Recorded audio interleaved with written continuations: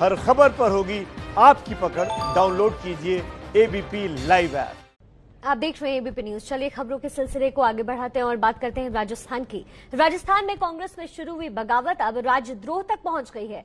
सरकार गिराने की जांच कर रही एसओजी ने राजस्थान में कथित तौर पर सरकार गिराने वाला ऑडियो क्लिप कांड अब फोन टैपिंग कांड में तब्दील होता दिख रहा है।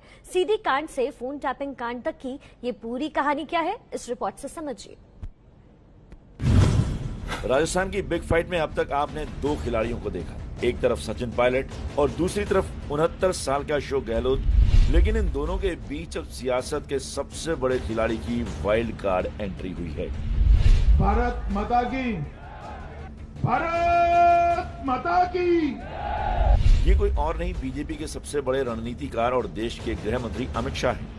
अमित शाह के विभाग यानी गृह मंत्रालय ने सरकार गिराने की साजिश वाली कथित सीडी को अवैध तरीके से की गई फोन टैपिंग मानते हुए गहलोत सरकार से 4 सवाल पूछे। फोन टैपिंग के पीछे क्या मकसद था, किस किस के फोन टैप किए गए, किन परिस्थितियों में फोन टैप किए गए, क्या किसी अपराधी को पकड़ने के लिए फोन टैपिंग हुई।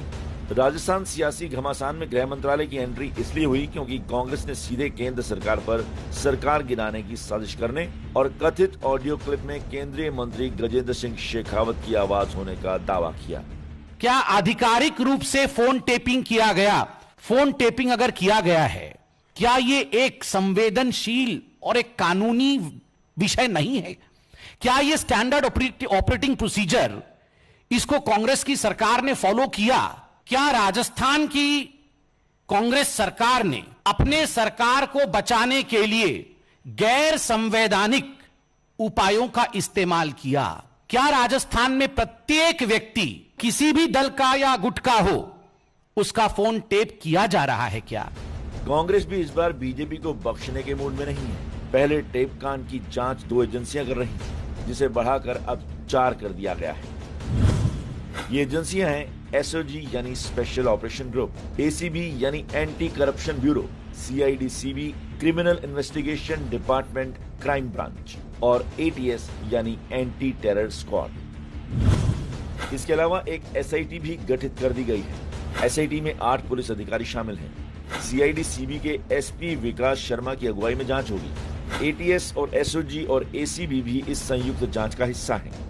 ऑडियो कांड में कांग्रेस नेता महेश जोशी की शिकायत पर ऑडियो क्लिप में कथित आवाज को लेकर घिरे केंद्रीय मंत्री गजेंद्र सिंह शेखावत, कांग्रेस के निलंबित विधायक भंवरलाल शर्मा, विश्वेंद्र सिंह और बीजेपी नेता संजय जैन पर एंटी करप्शन ब्यूरो ने एफआईआर दर्ज की है। ऑडियो क्लिप के फोरेंसिक जांच की तैयारी है। रिपोर्ट की जांच के बाद सभी आरोपियों की आवाज के सैंपल लिए जाएंगे। ऑडियो कांड के 4 किरदारों में से एक संजय जैन को शुक्रवार को एसओजी ने गिरफ्तार किया था। कल इनकी पेशी हुई, जिसके बाद संजय जैन को 4 दिन के लिए एसओजी के रिमांड में भेज दिया गया। एसओजी ब्यावर के गिरफ्तार किए गए भरत मिलानी और उदयपुर से पकड़े गए अशोक सिंह का भी वॉइस सैंपल लेना चाहती थी, लेकिन कोर्ट में दोनों के वकीलों ने ऐसा करने से मना कर दिया।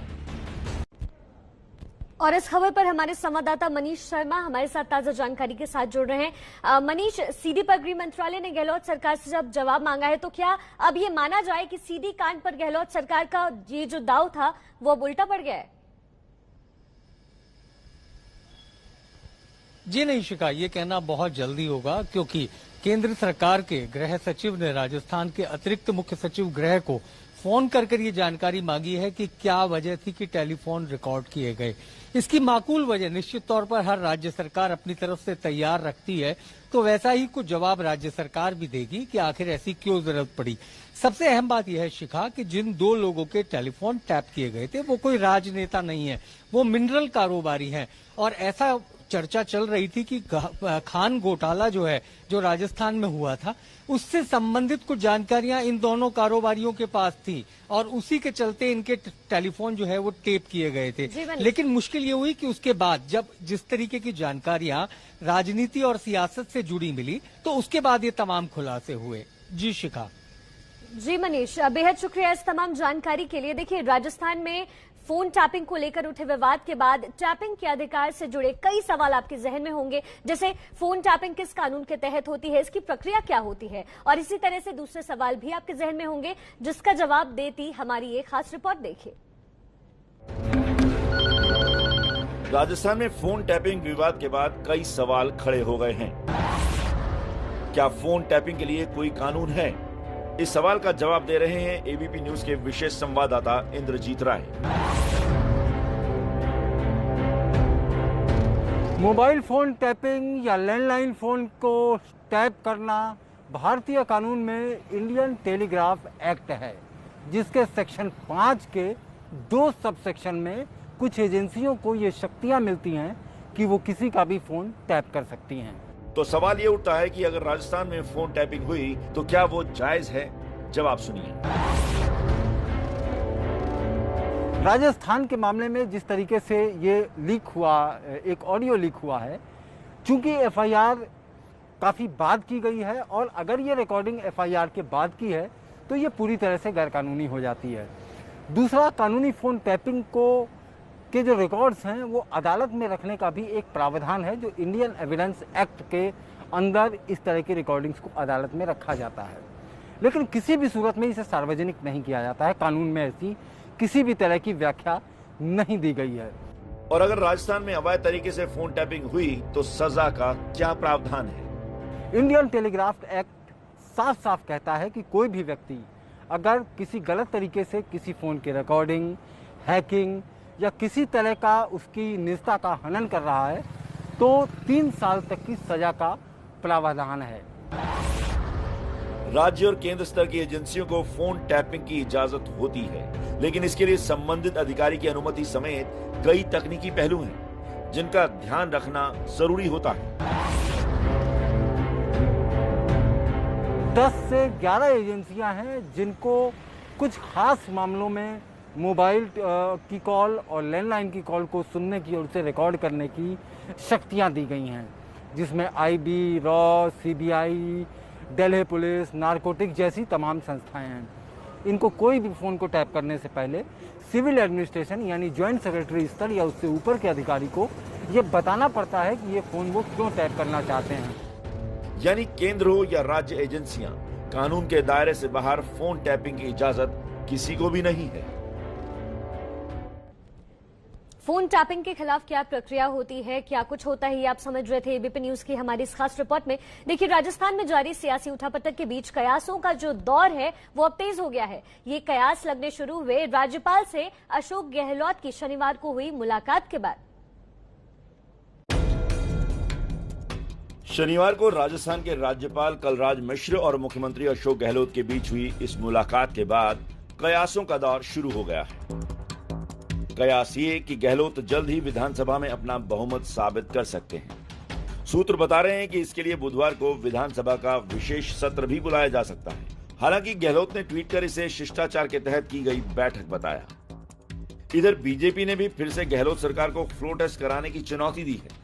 मैं तो कहता हूं कि अगर अशोक गहलोत अपने आप को बहुत मानते हैं कि उनके पास 109 है, 12 हैं, तो आ जाओ ना यार, विश्वास मत का प्रस्ताव लेकर के ही हाउस में आ जाओ ना। जो होना है तो हो जाएगा, कम से कम निर्णय होगा तो वो फाइनल हो जाएगा ना। शनिवार का दिन गहलोत सरकार के लिए एक अच्छी खबर लेकर आया। भारतीय ट्राइबल पार्टी के वो 2 विधायक भी गहलोत के पाले में लौट आए जो सचिन पायलट के साथ चले गए थे। इन्होंने खुद गहलोत के पास पहुंचकर समर्थन देने का ऐलान किया। आपके माध्यम से हम ये बताना चाहते हैं कि हम जो कांग्रेस की सरकार है उस सरकार को हमारा पूर्ण समर्थन है और रहेगा। सीएम साहब ने एग्री किया कि आपकी जो डिमांड है उन डिमांड को हम पूरी कर लेंगे और हमारी जो मांग है उस मांग के साथ हमने पार्टी ने जो फैसला लिया उस पार्टी के फैसले के साथ है हम आज और सीएम साहब के साथ है। विधानसभा के मौजूदा समीकरण के मुताबिक विधानसभा अध्यक्ष को मिलाकर कांग्रेस के 100 विधायक अशोक गहलोत गुट के पास हैं। भारतीय ट्राइबल पार्टी के 2 विधायकों के समर्थन देने के बाद अशोक गहलोत के समर्थक विधायकों का आंकड़ा 102 हो जाता है। 200 सदस्यीय विधानसभा में सरकार गठन के लिए 101 विधायकों के समर्थन की जरूरत है। वहीं बीजेपी के पास 72 विधायक हैं। राष्ट्रीय लोकतांत्रिक पार्टी के 3 विधायक भी इनके साथ हैं। मतलब बीजेपी गठबंधन के पास कुल 75 विधायक हैं, जबकि सचिन पायलट को कांग्रेस के 19 विधायकों का समर्थन हासिल है। 3 निर्दलीय विधायक हैं और मार्क्सवादी कम्युनिस्ट पार्टी का 1 विधायक है। इस तरह पायलट खेमे में कुल 23 विधायक हैं। अगर ये 23 विधायक भी बीजेपी के साथ खड़े हो जाएंगे तो भी बीजेपी बहुमत के लिए जरूरी 101 विधायकों की संख्या के पीछे रह जाती है और यही अंकगणित अशोक गहलोत का हौसला बढ़ा रहा है।